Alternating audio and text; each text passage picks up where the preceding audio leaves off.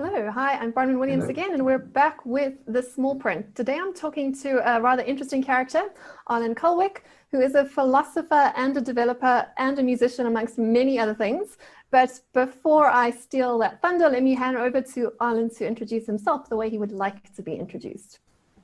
Hello, it's a privilege to be on the show. I didn't think about how I would like to introduce myself, so I'll pretty much leave it at what you said, with the exception that I'm a very lousy developer. I design protocols and other types of software system, but it's best left to quality, talented coders to build things, and not for me to do that. But yeah, I guess the rest is more or less what I do. Okay, so anyway, the reason why we wanted to have this conversation is because in one of our previous episodes, we were looking at the importance of opening up our physical borders in order to stimulate economic growth and to facilitate progress for humanity at large and for South Africa and Africa in particular. So we're looking at that immigration question and the flows of people and ideas across borders. But that, of course, opens up the next layer of the conversation, which is an open exchange of information over the digital sphere, over the medium and over the message that is controlling so much of our lives. And right now, a lot of that is under threat. The open internet seems to have peaked from my perspective, and I'm sure there's many people who would agree. It's fragmenting. There's things like the splinternet is taking place. There's different regionalized, different nationalized versions of the internet, all of which have their own different firewalls. It seems like in a lot of areas, things like freedom of speech and freedom of flows of information, both from an infrastructure layer and from a what we are allowed to say across that infrastructure perspective, does seem to be re-balkanizing. So although we can talk about opening up our physical borders with things like the African Union, at the same time, a lot of those invisible borders are snapping shut. And for an extreme case there, we can look at what's happening in China with what I like to call the Wi-Fi curtain, which is a whole lot tighter than the Berlin Wall or the Iron Curtain ever was, because it's talking about like a lot stronger control over both the physical and the digital layers of citizens' lives. So I wanted to speak to Arlyn about his work and what's going on with the blocknet and what's going on in the crypto space when it comes to trying to reopen up the internet, or at least the way we connect with each other, to build a freer society once again, so we can get back a lot of those productivity gains that come from things like globalization and free flows of information. So I think to start off with, maybe Arlyn, you can just tell everyone a little bit about the projects you're involved with right now and how you got to be involved in them from that perspective of reopening up information flows and society. All right. Right now, I'm one of the founders of the blocknet. The blocknet came about through a number of conversations about what a decentralized internet would look like. And these were kind of protocol or system level conversations rather than conversations about what freedoms we would like and how to get them directly. It was more about just how to actually achieve something that is decentralized. So the blocknet is inter-blockchain infrastructure. So it turns out there are several thousand blockchains in existence. It's not just Bitcoin and Ethereum. And a lot of them do amazing things, but they don't speak to each other natively. It's really not easy at all to get this to happen, because I think you can think of a blockchain as a little bit like its own state or its own jurisdiction, where the rules and the other goings on inside on any one blockchain just aren't provable or knowable on other blockchains by themselves. You need to build something else to connect them. So I think the analogy we had is that it's a little bit as if we were still in a time where the internet didn't exist, but there were a lot of local area networks that you could join. And once you were on one of those, you weren't on any of the other ones. And there was just no system to connect them together. So our technology, broadly speaking, does that. Now, I guess the bigger picture for, in the context of your introduction is we don't want a world where a few monopolies hold all the power. And I think the broader backdrop is framed by the question, well, why is it even possible for these colossal monopolies to hold most of the power? And I think it was because the original internet, or the current architecture of the internet, was kind of a bit happy-go-lucky in a certain way.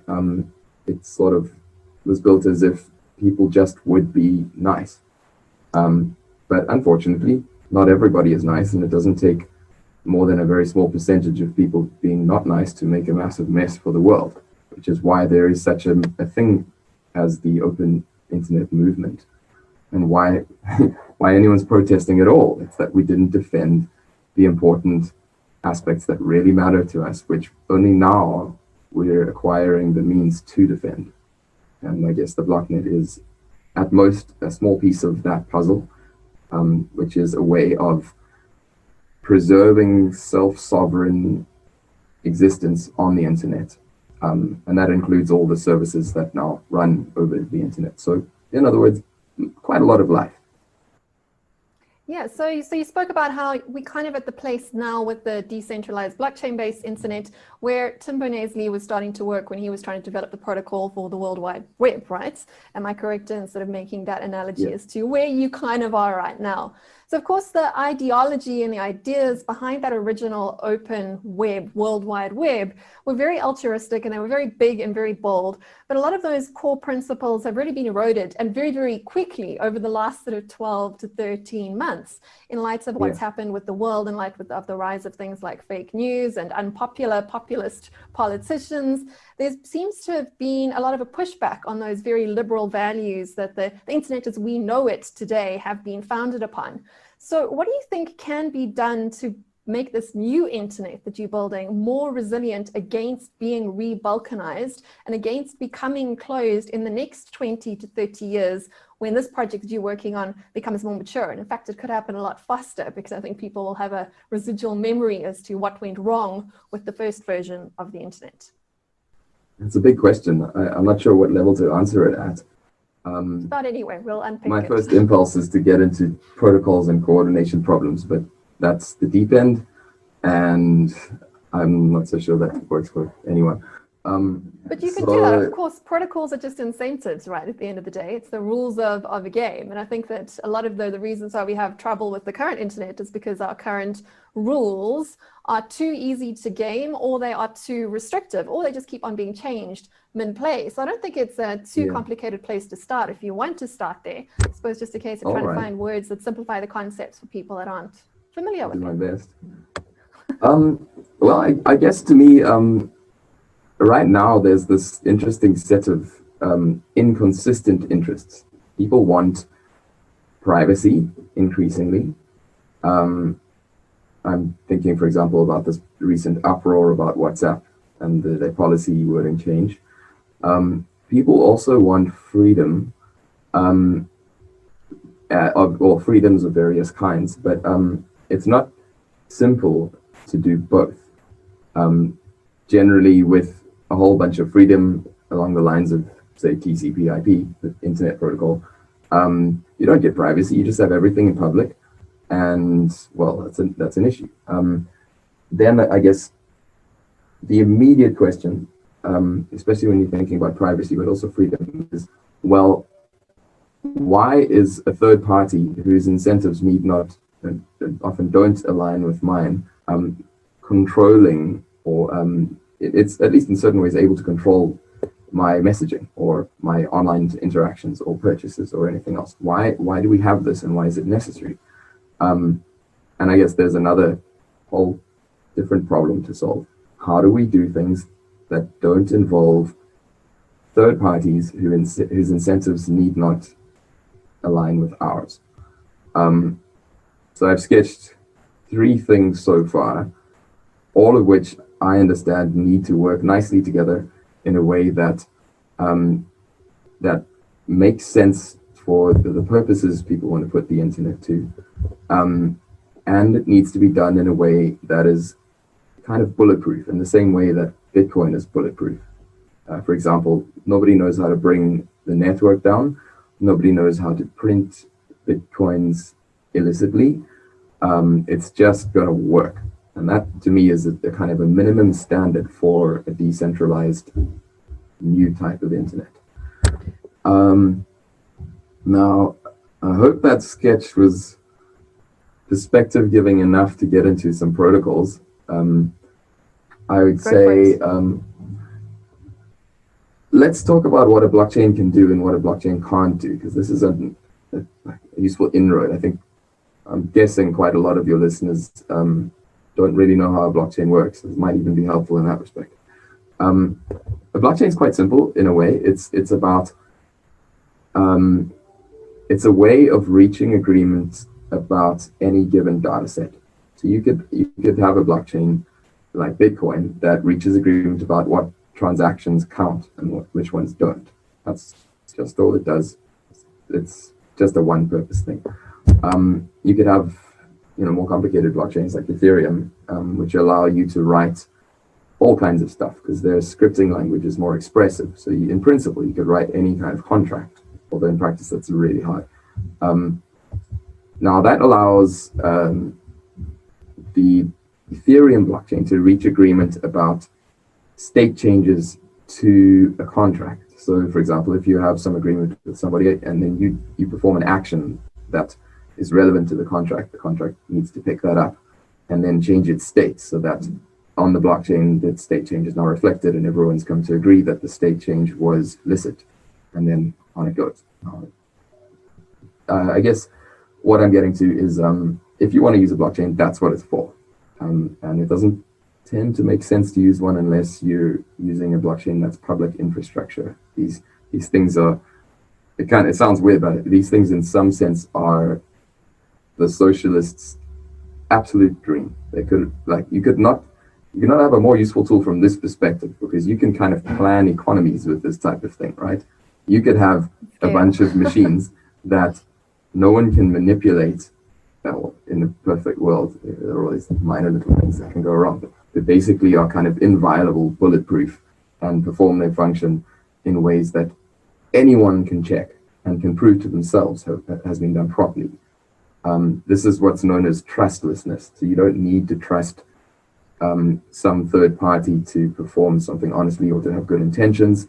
You just take a look at how the protocol is coded, and then you can pretty much guarantee yourself that the outcome will be what it says it will be. Blockchains are useful for that. And that's really cool, right? Because that covers any law-like interaction between human beings.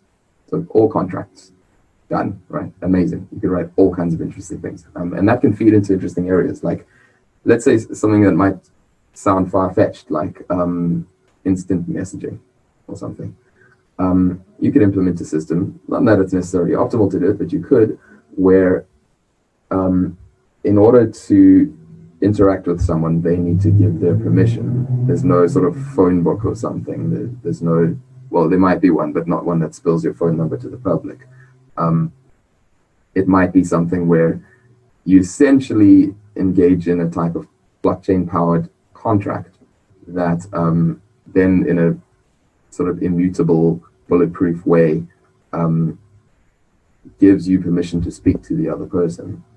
And that could all be done without users needing to know how it works or what's actually going on. But it will be able to enforce those freedoms and that consent in a very strong way, which I find quite beautiful. Now,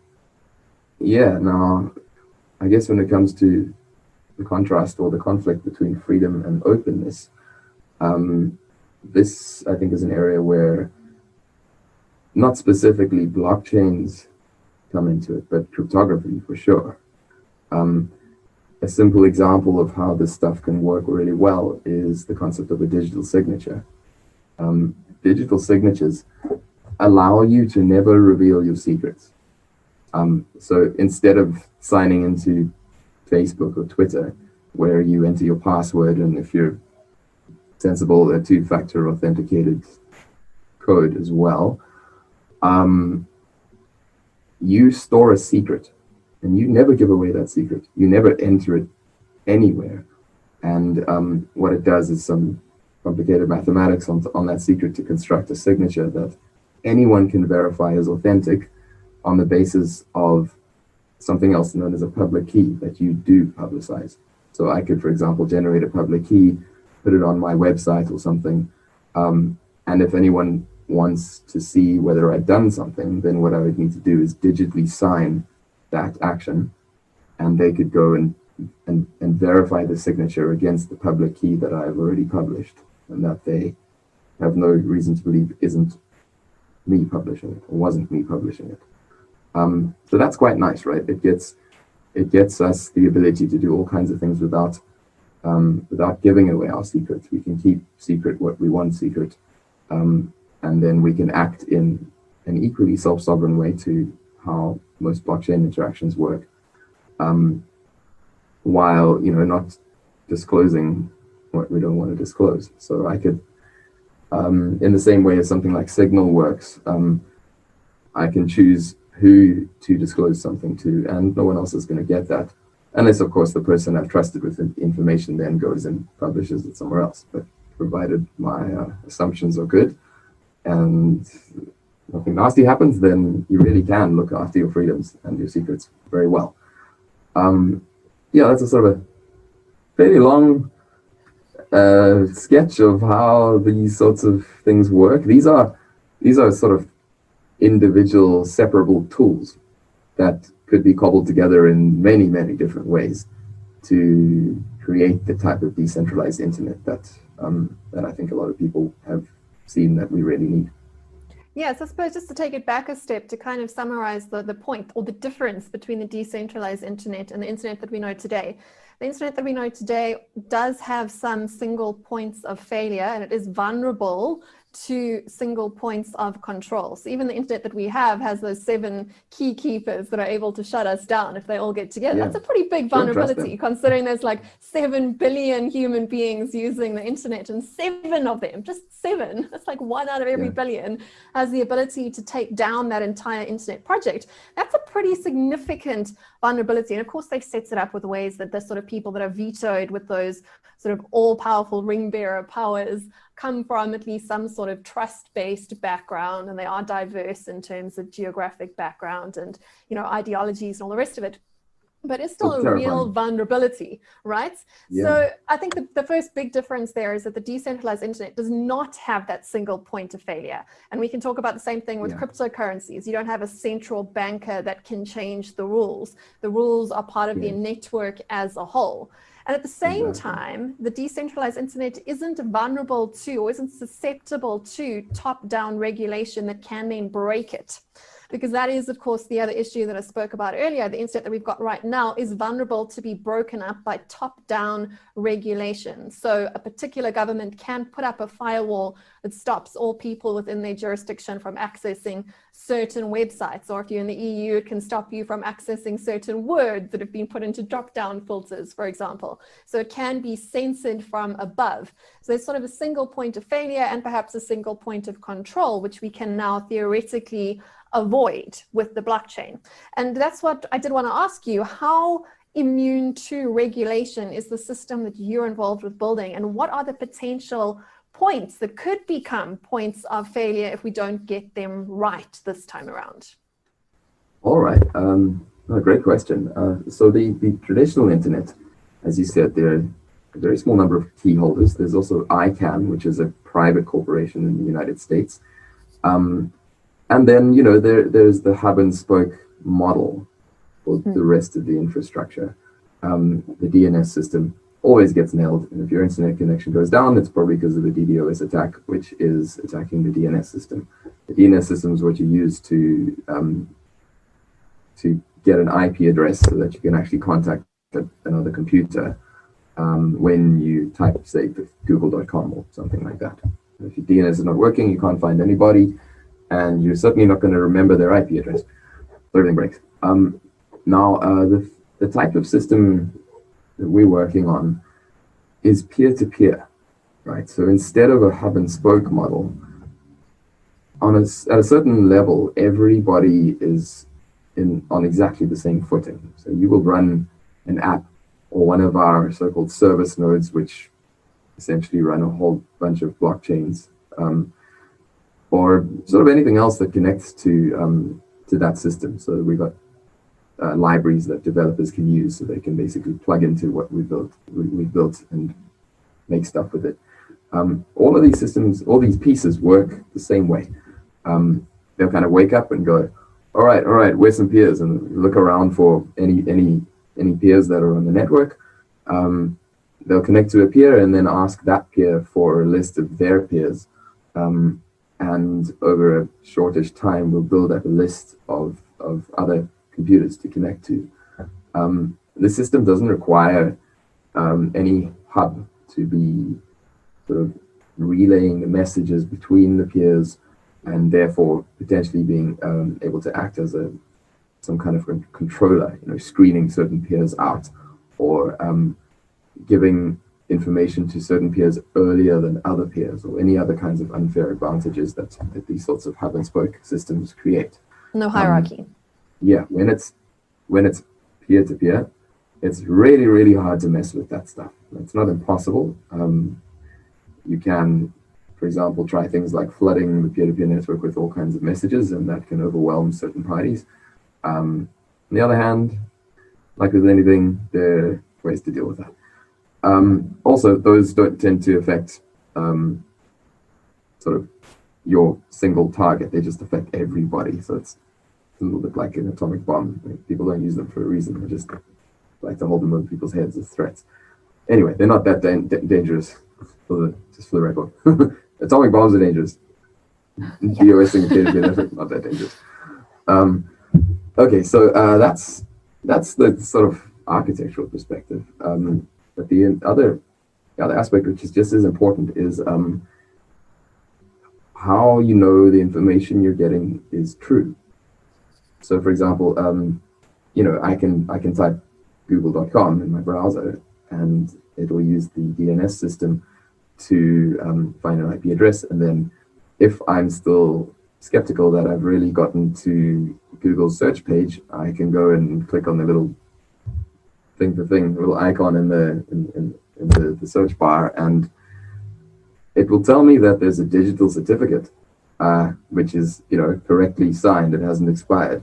And there'll be obviously some other third party out there that is testifying that I have indeed reached google.com and not some impersonator.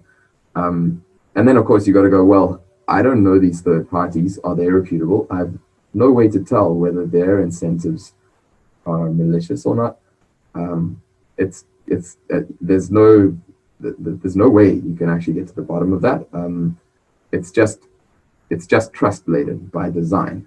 Now, that doesn't mean it doesn't work, because it does work. You'll go to Google and you search for things, and it's basically always fine.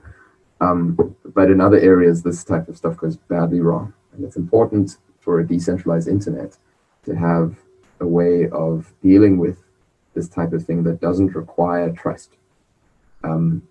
Otherwise, the problem actually gets worse, right? Because if instead of a small number of gatekeepers, you're connecting to literally anybody on your peer-to-peer network who could start up a peer with very little effort and then just feed you bogus information, you need another system that is robust against malicious activity. Now, what we use is a way of proving to yourself locally the truthfulness of the information that your peers are giving you. Interestingly, this goes back to the original design paper for Bitcoin. It's a thing called an SPV proof. Anybody who wants to check that out, bitcoin.org/bitcoin.pdf will help you out.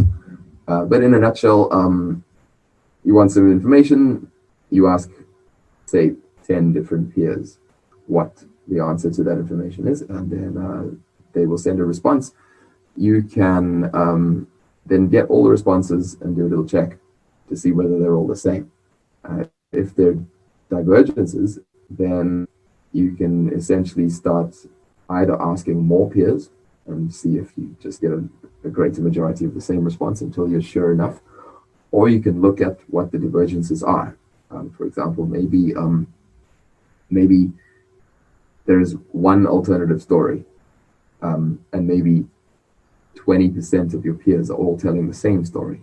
Alternatively, maybe there's an overwhelming majority, and then like a whole bunch of noise where all the other peers are telling you like completely divergent things from each other. So you can quite quickly work out the distribution of responses.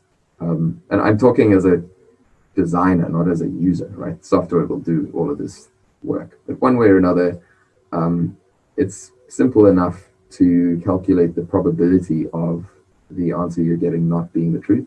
And if a lot is riding on the answer, maybe a lot of money or something else that's at stake, you can just ask more peers. Just keep asking. It's not expensive. In fact, it's free. You can just do a big request, and when you're sure, then you're sure. Yeah, that's a sort of a quick sketch of how our thing works. It's called X router. It's kind of like a blockchain router. So the thing you have in your house that's routing traffic to your computer, ours is a little bit like that, but also not at all like that in the actual mechanics. It helps you figure out what's going on different systems. Okay, great. So you're talking really there about consensus, or tapping into what's hopefully the wisdom of crowds in order to get to a type of consensus as to zero in on what the truth is and what is real, without having to rely on a single intermediary as being that arbiter of truth, which is of course what the internet at the moment is devolving into, whereby we're sort of setting up reality czars and single points of truth as to what's true and what's not, which is almost a little bit medieval, right? So I suppose the question then becomes on the danger side, particularly for people that aren't seriously clued up onto how these systems work, because we understand, of course, that consensus is not that far removed from democracy, but democracy obviously has some problems in the real world in terms of things like tyranny of the majority and what if everyone is actually wrong. So there's a sort of fine line between the wisdom of crowds, which has proven to be quite good for making predictions on things like marketplaces and bets, but there's also that other side, which is more like the madness of crowds, which leads to stupid things like bubbles or voting tyrants into democracies. So how is this system more resilient than our real world systems? I think most people listening to this understand the limits of the crowd itself. Or are we talking here about a digital crowd, which is very different to a fallible human crowd? Maybe you can just explain that difference from a governance perspective. Great question. All right, well, I'll start with the idea of the wisdom of crowds. That's a wonderful piece of theory, and it works really well in actual existing prediction markets like Augur. It's premised on something quite specific, though. It's not the same as everybody voting for the wrong politician. The wisdom of crowds only works when the voters can't communicate. If you can't set that up in advance, you've got a mess, right? Great point. It's imperative that each individual voter is kind of voting on their own. Now, the way that Augur, for example, the decentralized prediction market works is that it makes you put your money where your mouth is. And that really, really is clever, because there's nothing stopping you and I having a chat and then voting. And they'll never have a system that can achieve that, because we'll just chat over an app they're not responsible for and can't control. But if you're going to vote, it's going to cost you. And if you're right, you make profit. And if you're wrong, you lose money, right? And that really, really works. It makes people actually do their homework. And as a system, even though individual people can be quite silly, it can be uncannily accurate. However, what I was describing earlier with X router is a very different system to a wisdom of crowds type of system. It's not designed to do the same thing. I personally am very hopeful for the future of decentralized prediction markets. I think that they're an amazing tool, and it's just kind of one of these things where it's a matter of time before more people realize how useful they are, and they start using them for all kinds of cool stuff. They could be so profound in the sort of most unexpectedly broad areas, like validating empirical research, or deciding who's best at leading for a given project, or I don't know, term of office or something like that. They're like uncannily good when you have your money like where your mouth is. It really works. Of course, it doesn't solve everything. There are a lot of things that it'll fail horribly at. Sometimes you don't care only about the truth of something. You also care about what most people want. And not all questions are about the truth. Some of them are just about what people want. And their desire could just be valid. Now, for that, you don't need a prediction market. You need a way of voting that is not prone to abuses like our current system, our current political system. Horrible mess. Who are we trusting that the votes are fairly counted and that there are no nasty, non-existent deceased voters or whatever else? That's a whole separate problem, and it's reasonably achievable. You need a very good anti-Sybil mechanism. So this is a way of preventing people impersonating others or creating many identities. And then you need something like a blockchain to log the votes, because once something's on a blockchain, no one's going to be able to erase it. And that's a really nice voice counter when it comes to it. Amazing. But if you don't solve the Sybil problem first, then you've got nothing at all in terms of a voting system. I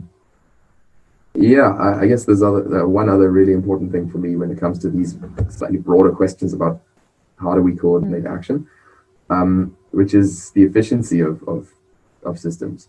Peer-to-peer systems especially fall over very easily. If you don't optimize them, they just die of communication overload. There's one of these mythical laws of teamwork, which is that you can't really get much done if you have a team larger than 8. And as soon as you do, the communication overhead is too great and people just start dropping off. They're not up to speed. And you start having to have managers or something, and then you've got a bureaucracy, and it's the same hell that we're trying to managers, yeah, all the way down. Turtles and managers all the way down the pyramid. Yeah, we don't want that. So how do you avoid that? How do you avoid the cancer of bureaucracy in these systems?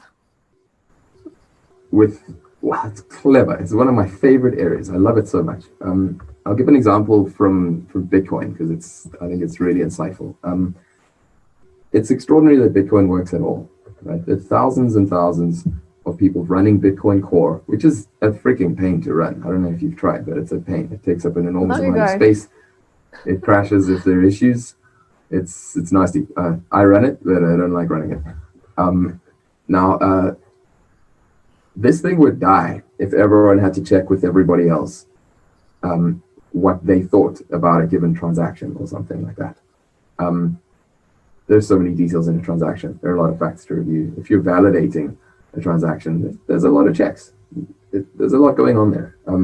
Now, instead of requiring the entire network to check all the things in the transaction and then, confirm that it's fine, firstly, I'll get to the main principle. What you need to do is find something fundamental, something that like a mechanism that's fundamental to the entire system, and control only that. So you're now validating one data point among like thousands and thousands. And provided that everything else kind of ultimately has to map down to that one. Maybe you could pick 3 in a different system, or a small number of things that needed to be validated. And provided everything essentially boils down to that, then you can scale, right? Because you've got very little intercommunication that's required. I'm going to get away from that for the moment. That's Bitcoin's genius, because what happens after that, when you've got more complex problems to solve, is a whole lot more complicated. The best example, in fact, by a very long way, the best example of this type of coordination problem solving is a thing called Avalanche. Avalanche is the newest consensus protocol. There are only 3.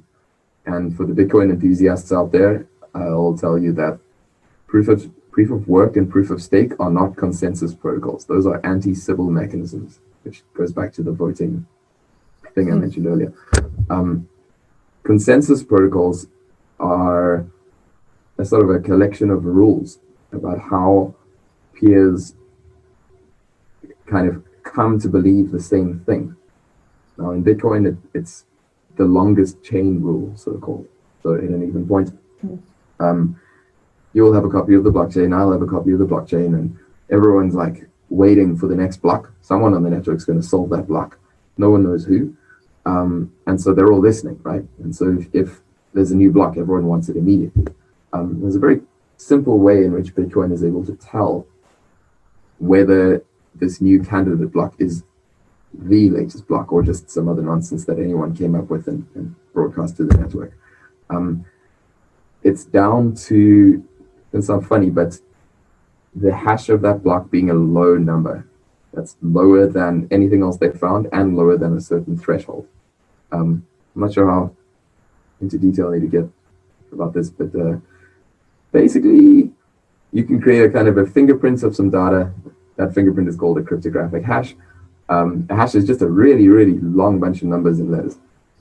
It's actually a number. We just use the letters as if they're numbers.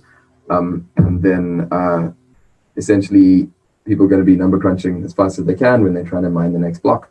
And whoever comes up with a solution to the next block where the hash of that block happens to be a really low number. It's like the simplest valid solution, right? I mean, like just to really oversimplify the concept, So the simplest possible, actually ingenious. Correct solution. There you go. That's the one that gets. It's the simplicity that makes it work. It's why that thing can actually scale. Why you can have 5,000 to 8,000 different nodes running around the world, and the system is healthy. Anyway, so I was talking about consensus protocols. That's how Bitcoin works. Avalanche is massively more interesting and complicated. So where we headed? That's try explain that one maybe in a bit more detail, because that's what matters for building this out beyond just merely sort of magic internet money into something that could become the next infrastructure system for all of us. Yeah. So Avalanche is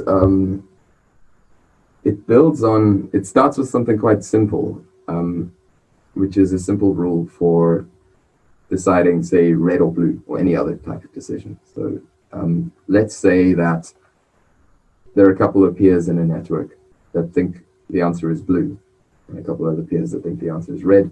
The idea is each peer will sample a small number of its peers, not the whole network, just a small number. And if a certain majority of that sample thinks that the answer is red, then it'll either stay red if it's red already, or if it's blue, it'll change to red. Now, that sounds a bit sort of simplistic, because it is, but there's some cool proofs, some really, really elegant stuff that proves a property known as metastability. Metastability more or less amounts to the fact that you can kind of quite reliably and truthfully come to the correct view on whether the answer is blue or red by only sampling a small number of nodes given the rules that they implement. That's sort of level one of several levels that basically build up from there to Avalanche, which is this kind of extraordinary protocol. It's faster at reaching decisions than the Visa and MasterCard networks are at processing card transactions, and it scales. So you won't find that the blockchain takes up many terabytes over a few years. It's little. Yeah, because that's the challenge, of course, with the Bitcoin protocol, that it's at scale, it does slow down unless you build other things into it, just to oversimplify that problem. But it has to be solved if we want to use those networks for more complicated bits of data other than sort of financial transactions. And even then it can be quite cumbersome. So simplifying the sharing. I think the biggest advantage of Avalanche is it's the first thing out there that actually scales in terms of the number of peers that can be around to validate. So it's a little bit like being a Bitcoin miner, but anyone can do that. It just scales in that respect, which is extraordinary, right? In the history of consensus protocols, you could achieve a large number of, largish number of validators if you knew them all in advance, which meant essentially building some kind of nasty registrar where you have to sort of make people sign up to your protocol before they participate. So it's a closed protocol. It's not an open protocol, but it can work quickly and somewhat scalable. Bitcoin came along, and one of the real advantages of Bitcoin is that it's an open protocol. You don't need to sign up. That's one of the important reasons why it's so decentralized. You just run the software. You don't need anyone's permission. There's no controller. You just run it. Nonetheless, it arrives faultlessly at a record of all the correct transactions with no nonsense. Now, Avalanche allows many more validators than Bitcoin is capable of.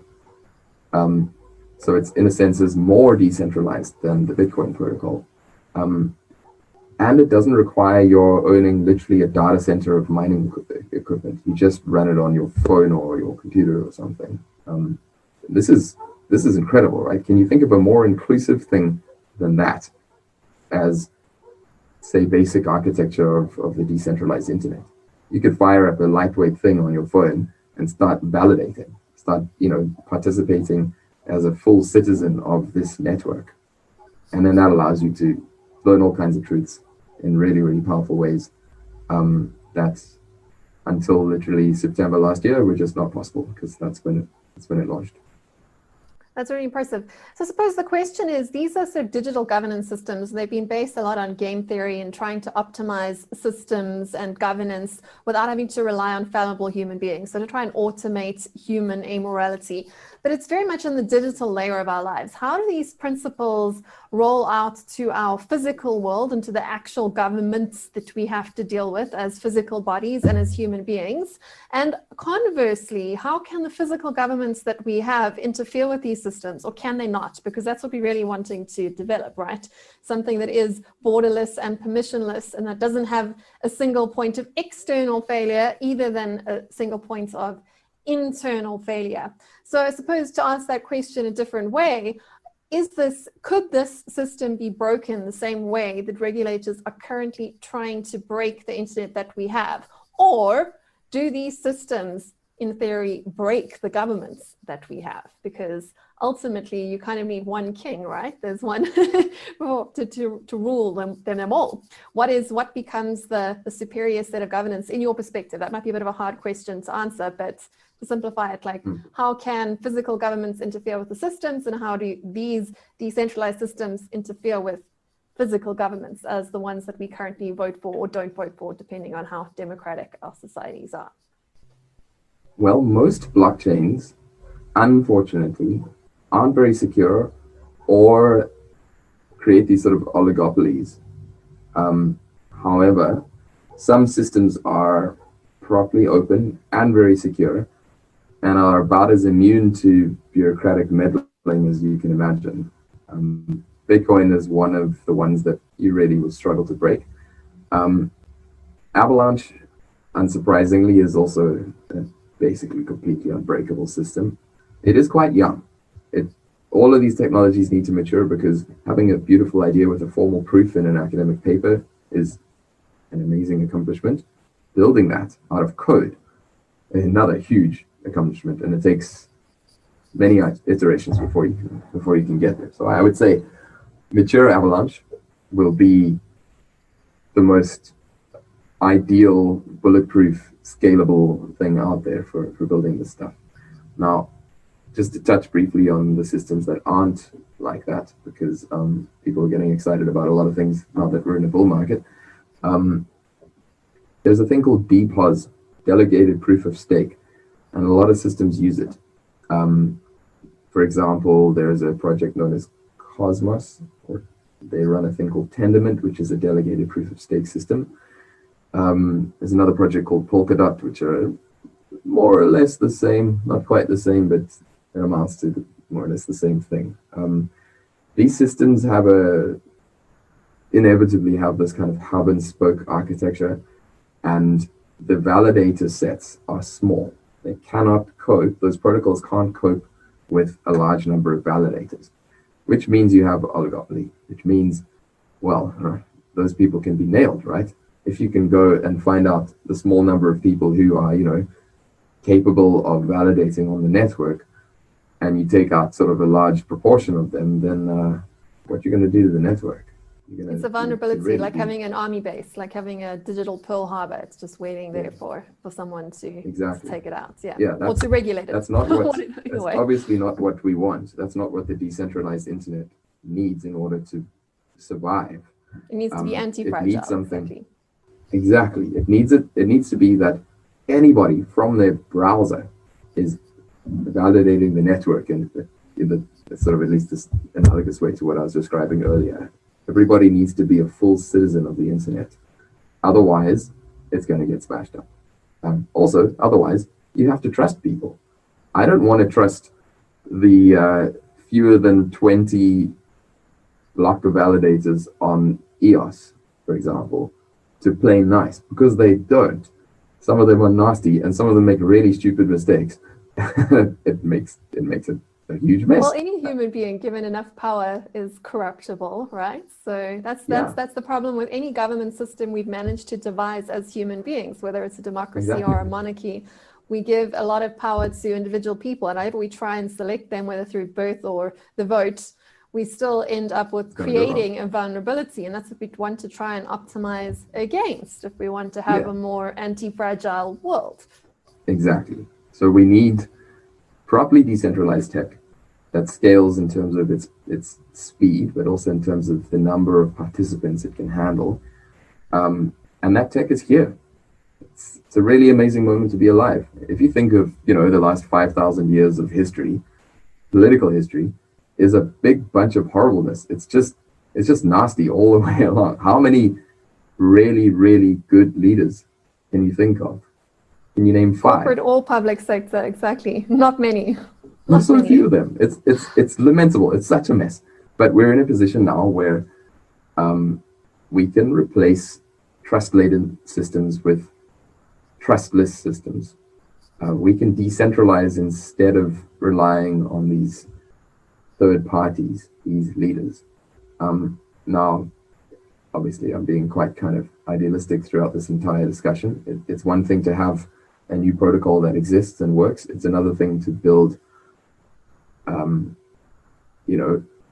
something that approximates the way the government works now, at least in terms of service provision and all the many bits and pieces that need to fall into place. That's a huge project.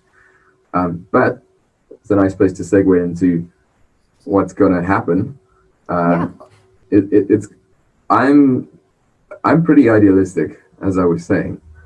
I'm a little bit too impatient to be like, oh, we can go through this really long, painful process of trying to coax governments to adopt this technology and reform, because it's extraordinarily expensive. They'll probably do it wrong for about 50 years, if not, a century.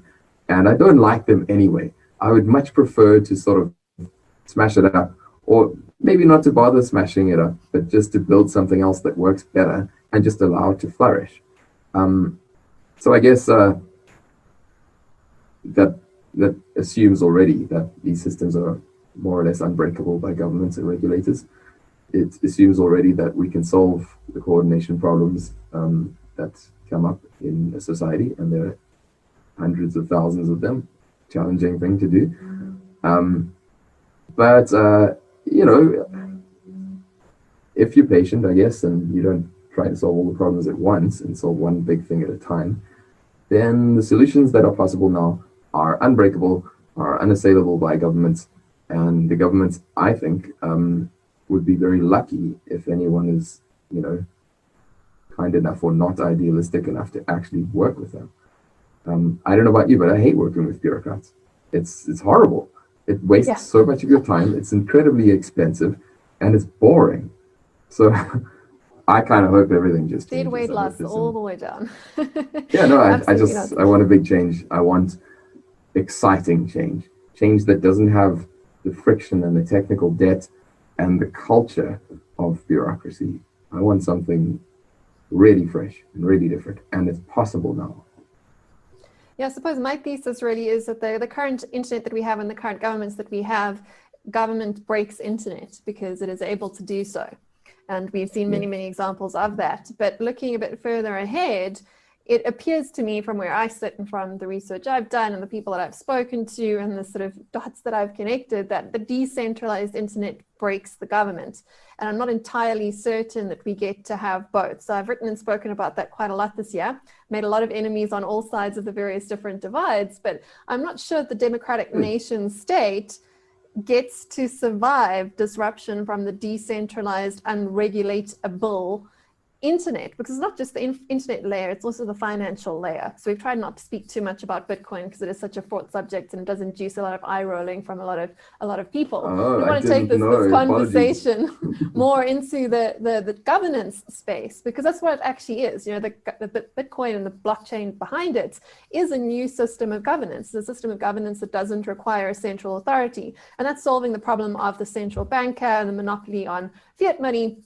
But a lot of what you've been speaking about today is solving similar problems, but for different forms of governance, whether those are corporate forms of governance or state forms of governance. And if the internet that we know has replaced a lot of middlemen, not with other middlemen, to be perfectly honest. The internet took away third parties and trusted players and replaced them with platforms. The internet that we're building now, the decentralized internet, is more about replacing policymakers with protocols. So it's a very different problem that's being solved. Would you agree with that? Because I just don't see a way that the decentralized internet is going to be able to be compatible with the very centralized bureaucracies that we have. And we can probably end up with a world where you can kind of pick one or the other. But I don't see them living very neatly together, not based on the very different incentives in play with those two very, very different games. Maybe you've got a different solution, since your work does relate into building bridges between different decentralized networks. Maybe you've got some ideas on how to build bridges between the centralized real world and the decentralized virtual world. But I haven't yet been able to get my head around how the work you're doing does not break the government nation state as we know it. Well, you're right that what we're doing allows anybody or anything to join it and use it. It's an open protocol in the same way that internet protocol is open. However, you can't make people. If someone really, really thinks that, you know, the government is great and they just want it to keep doing what it does, then they're going to have a fight. And if they want to fight, they're going to fight, you know. So I guess my expectation is the next 50 to 100 years are going to be full of really, really weird conflicts. There are going to be so many coordination problems when we're sort of halfway through. That's the messy part. Two worlds, between two worlds, neither here nor there. Yeah, it's a nasty mess, but I'm hoping that at least the bureaucracies of the world will see the light and go, oh, well, firstly, we can't smash this up. We can't regulate against this. How do we just join it and not lose everything? How do we change ourselves to fit in with what we can't destroy, which does require a radical change. But I suppose then again, even the nation state is quite a modern invention. So no human systems of governance are immortal.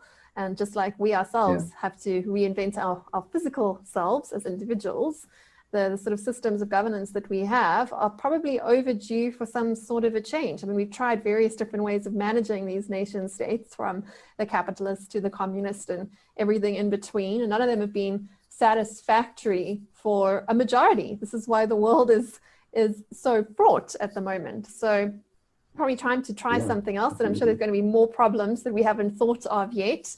Even the clever people that are working on these projects, we don't know until we try them. And of course, human beings like to find loopholes in systems in order to try and game those systems. So the goal, of course, is to make the system that is at least less gameable. And the more we automate, the more we replace policymakers with protocols, the less of those loopholes there are. Of course, the risk then becomes building a system that bakes in problems that can't then be changed by human beings. So there's always a catch, right? So this is a very big conversation. That's a lesson that the blockchain space has learned already. The thing about smart contracts is you really do want to keep enhancing them. Software is never really finished these days, you know, and so already there are systems in place to help projects migrate from, you know, version 1 to version 2. They're always about just direct democratic voting. So, you know, you can build a cool DAO, decentralized autonomous organization on Ethereum, and if you want to introduce a new feature, then the majority of people have to be happy with that, and they vote on the chain, and sometimes the vote amounts to just pointing your whatever you're using toward the new contract instead of the old one. The old one will still exist, it'll still function. It's just that it could technically fork instead of disappear, which does already give us more choice than a democracy would, in theory. Although not necessarily in practice. In the real world, that can also generate extra coordination problems, because now we've got two separate systems that function differently and people are on different ones. And meanwhile, there might be shared physical resources that are being sort of not coordinated now because the two systems trying to do the same job or a similar job. So this is a huge thing.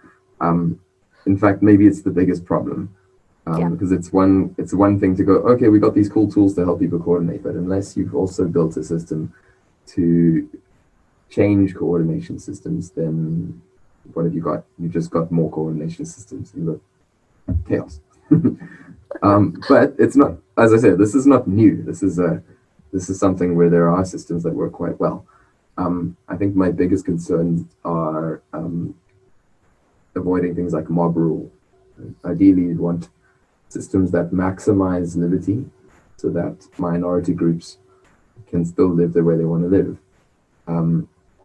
But, you know, with these sorts of, with the current generation of, I guess we should call them upgrade systems for protocols, that's not really how it works.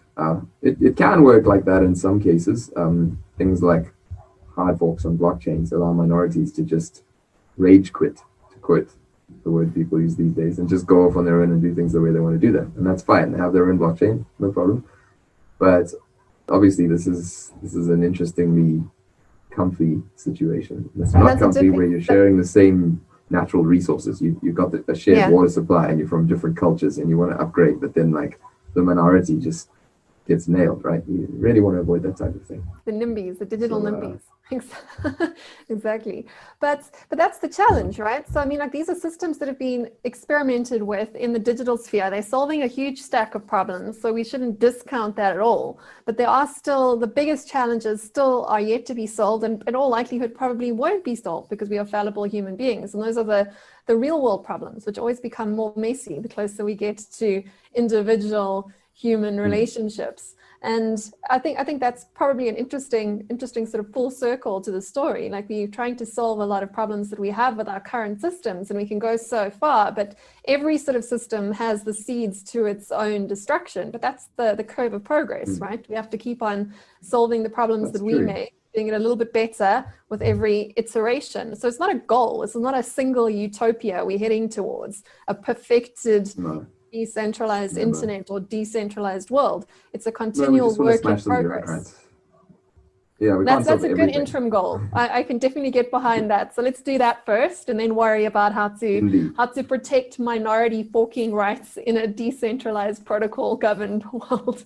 Well, there are pretty good ways to do this already, I guess, at least in theory. So for example, prediction markets are really useful. When it's a question of the truth of something, it's really silly to just vote and see what the majority thinks. Really, really great to use a prediction market for that.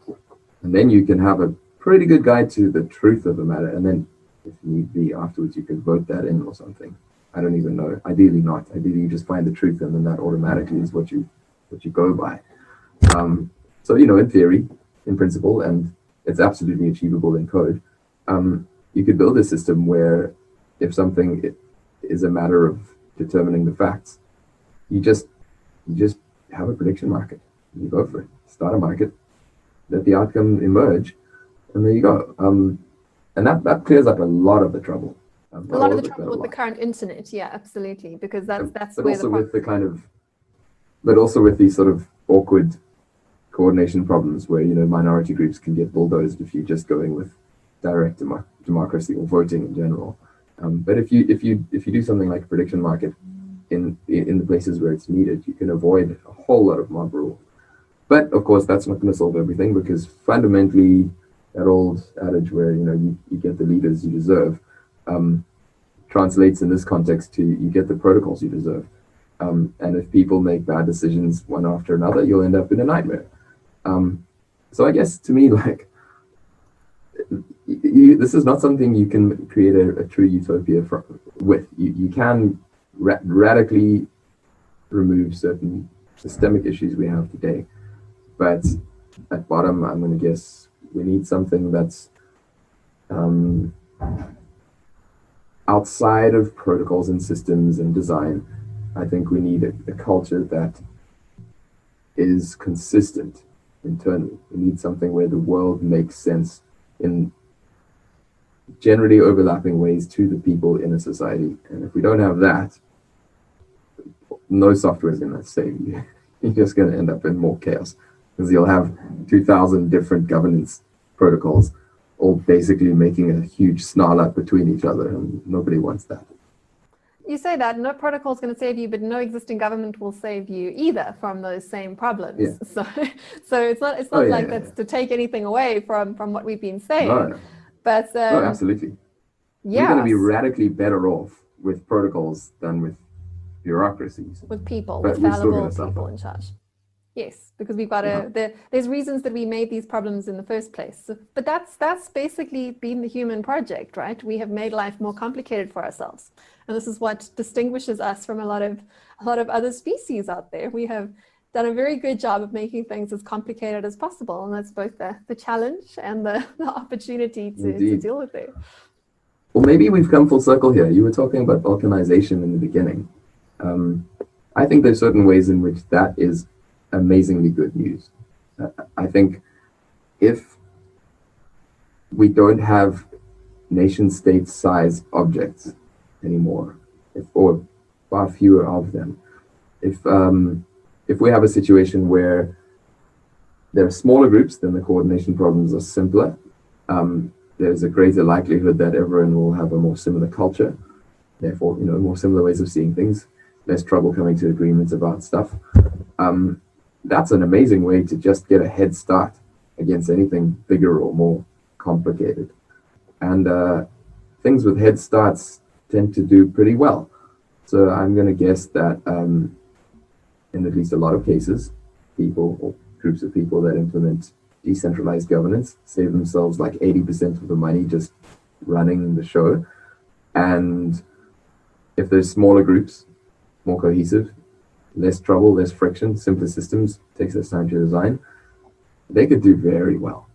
And those things that do well will have, more wealth and more resources and better ideas, and other people will copy them. And it doesn't mean we won't have conflicts, but it does mean that the things that work are quite likely to keep working and to make more of themselves. Well, that is the thing, right? So if you want to maximize freedom, you actually have to maximize choice. And to maximize choice, you can't be building for a homogeneous, utopian, singular entity. Any sort of singularity is fundamentally anti-maximizing for freedom or for choice.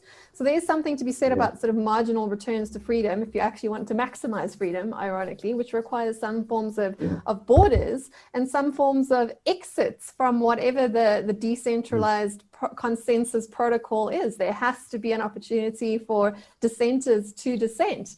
Otherwise, any system, no matter how wonderfully it has been designed, will sort of devolve into, if nothing worse, at least stagnation. So we've got to always make room for the dissenters of whatever comes next. That's probably a good point to leave it for today, unless you've got some other final comments on everything that we've been covering today. If we haven't confused I have this everybody thing I keep coming back to. And it's so high level compared to the rest of the discussion, but I'm increasingly thinking, what the hell were people thinking during the French Revolution?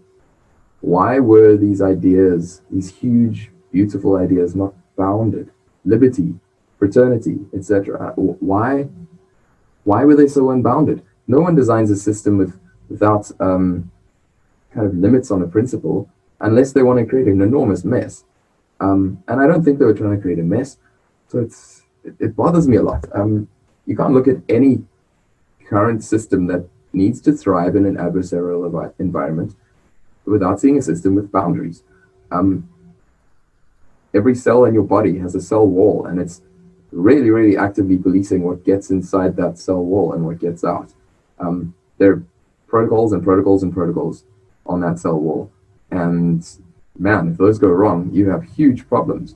Either you get diseases, or you get, cancer, or it's really nasty. And I think actually from a systems perspective, if there's a future for these types of modern era ideals that I think we all cherish, it can only be within more clearly established boundaries. There needs to be a way of deciding where one thing ends and the next thing begins. Otherwise, people kind of want absolute freedom and don't get it. They just get pain instead. And I guess like this ties into what I was saying about organization potentially being a good thing, at least in some respects. Where, you know, if you can just bound things geographically and bound things culturally, and the boundaries are porous, like a cell wall, right? And they're not Trump's wall. They're a nice porous wall that has good protocols in it. They're a choice between state A and state B. There's a flow there. Yeah. Maybe it's even a free market principle between these different groups and systems. Well, we had that same conversation with our conversation about immigration and immigration with Gwen Ngwenya from the DA, when she was talking about how it's not about not having borders, it's about having borders that have doors rather than like just a fence, right? So it has a flow that you're able to enter and exit those doors, but you're still able to hold different states of nature on either side of that swing. So if that sort of analogy makes sense to what actually coming exactly back to what you were talking about with the blocknet, which is about interoperability between different chains, which are essentially sort of different digital states of nature. So perhaps what we really need is more door builders than anything else. Yeah, it's a boundary, but it's not a wall that shuts everything up, you know. And without really well-defined boundaries, I just don't see how any of this stuff's going to work. But I think a lot of people probably already here. We're way past the Enlightenment these days, and at least I'm hoping we are. I guess we'll see. Maybe some people are still hooked on that stuff entirely in the same vein. But thank you so much. That was Arlyn Culwick, and we are The Small Print. Thanks so much for joining us. Thank you.